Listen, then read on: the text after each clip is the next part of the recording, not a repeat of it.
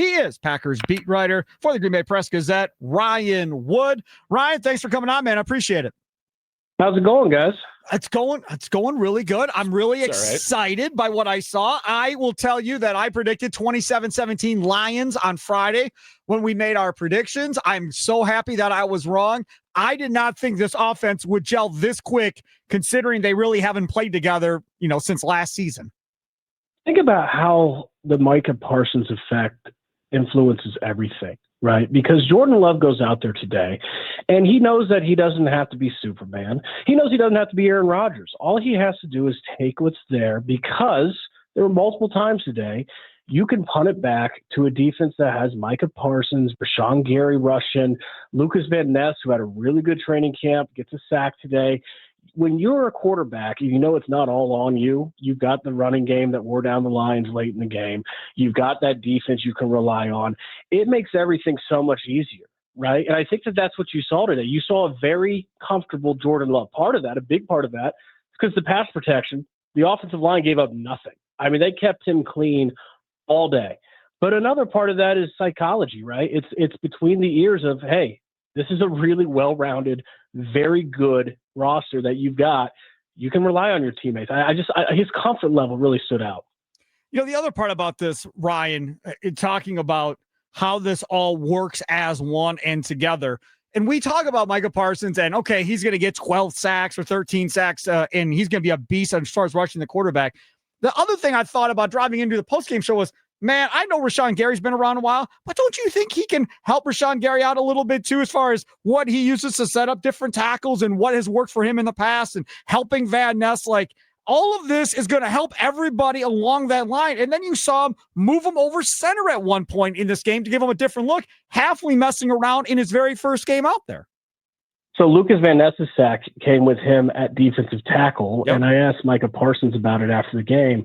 They call that package cheetah, right? To get those three speed rushers on the field together with Lucas Van Ness inside, which we kind of, I think, all wondered if that might happen with Micah Parsons here on the edge. There's Lucas Van Ness, who played inside a lot in college for 2 seasons at Iowa. Does he move inside? Well, yeah, he does. He's going to be inside more. And when you get those three guys on the field together, I asked Micah Parsons what he thought of the package. And he kind of lit up and was like, yeah, I like that a lot. And he also said, I'm going to get Lucas Van Ness the best season he's ever had. He loves Lucas Van Ness's unselfishness, his first impressions. They've connected really quickly. He said, I'm going to make sure he gets a ton of plays, because that's the type of player he is. I think it's nothing but good things for a guy like Lucas Van Ness, and obviously Rashawn Gary. I predicted coming into today, and it's off to a good start. Rashawn Gary's never had a double-digit sack season. This is going to be his first. He will have at least 10 sacks this year. Book that. He's off to a 1-1 start. He's got a sack today. That's all Micah Parsons' effect, right? And then it's interesting. Micah Parsons had 3 pressures today, and including the sack, which he finally got on the board for late in the game. But of the 3, the sack was the least influential. I mean, his very first snap, 3rd and 7, he bull rushes Penei Sewell. He forces Jared Goff to dump it off quickly to Jahmyr Gibbs in the flat on 3rd and 7. It's a 2-yard loss. The Lions go 3 and out and punt to start the game. His second came on Evan Williams' pick with a wicked inside speed rush. I mean, Micah Parsons starts up field and then just cuts it like a running back cutting in the hole. Yep. He cuts it inside, and that interception was all Micah Parsons. Like, he only played 30 snaps today, but in those 3 pressures, they changed the game. It's so good. Ryan Wood joining us from the Green Bay Press-Gazette, Packers beat writer. He's down there at Lambeau Field. Follow him on Twitter at @ByRyanWood. He'll join us after each and every one of these Green Bay games here on the postgame show. Plus, he'll be weekly guest on the Mason Crosby Show on Green and Gold Mondays most weeks at 9:20 a.m. On Tuesdays, he'll be on with Mitch Nellis at noon. And then on Fridays, Football Fridays, he'll be on with me at 2:40. So you'll hear a lot of Ryan Wood during the Green Bay season going ahead. We'll hear from Micah Parsons coming up in a little bit as well. Let's talk a little bit about the linebackers, because there's already been talk. I had one guy call it and say, Quay Walker. Like, I'm not sold on Quay Walker. Tommy and I thought he played pretty good. Then we were also talking about Edgerrin Cooper and what he might be. I mean, is it possible that this team could have 3 first-team All-Pros on the defensive side of the ball when this thing is all said and done at the end of the season, between Cooper, Parsons and McKinney. It is possible. I don't think that's outlandish at all because they already have two. Xavier McKinney, bona fide first-team All-Pro. Micah Parsons, bona fide first-team All-Pro. If Edgerrin Cooper becomes what the Packers truly believe he will become in his second season, building off last year's impressive rookie season, he could – that's the type of high-end potential that he brings on the second level. So, and you saw that today. He was all over the field. I agree with you. Quay Walker was really, really good today. I think if the most impressive thing defensively to me was not the pass rush. And they were like Oprah, like you get a sack, you get a sack. Everyone's getting a sack, but that's what we expect from this pass rush. The way that they shut down that Lions rushing game, I mean, Dan Campbell, that Lions offense, they want to do one thing. They want to pound the ball down your throat, down the middle. And without Kenny Clark, I think we all had some really good questions on like, okay, how's that going to go? It went pretty well. I don't have the final stats in front of me, but it was like, 50 yards? Like they didn't get anything on the ground game all day. Part of that's because they were trailing from the start, but that's never stopped the Lions before. That's their offensive foundation. That's their blueprint. They run the ball, and the Packers knew that coming in. I think you highlight two unsung heroes today. One is Quay Walker, who has a mic. The weakness in his game, historically, has always been taking on blocks in the middle, taking on blocks in the box. That was not an issue today. He was very good. And then Colby Wooden. I asked Colby Wooden after the game, listen, there's been two talking points since the trade. One, holy cow, Micah Parsons here. And two, holy cow, what's going to happen to the run defense without Kenny Clark? Did you take that personal? And he looked straight at me. He's like, yeah, I did. His father called him Thursday. His father's a truck driver, so he spends a lot of time in the truck. He listens to FM radio. He hears the sports talk. And he called him and said, shut him up.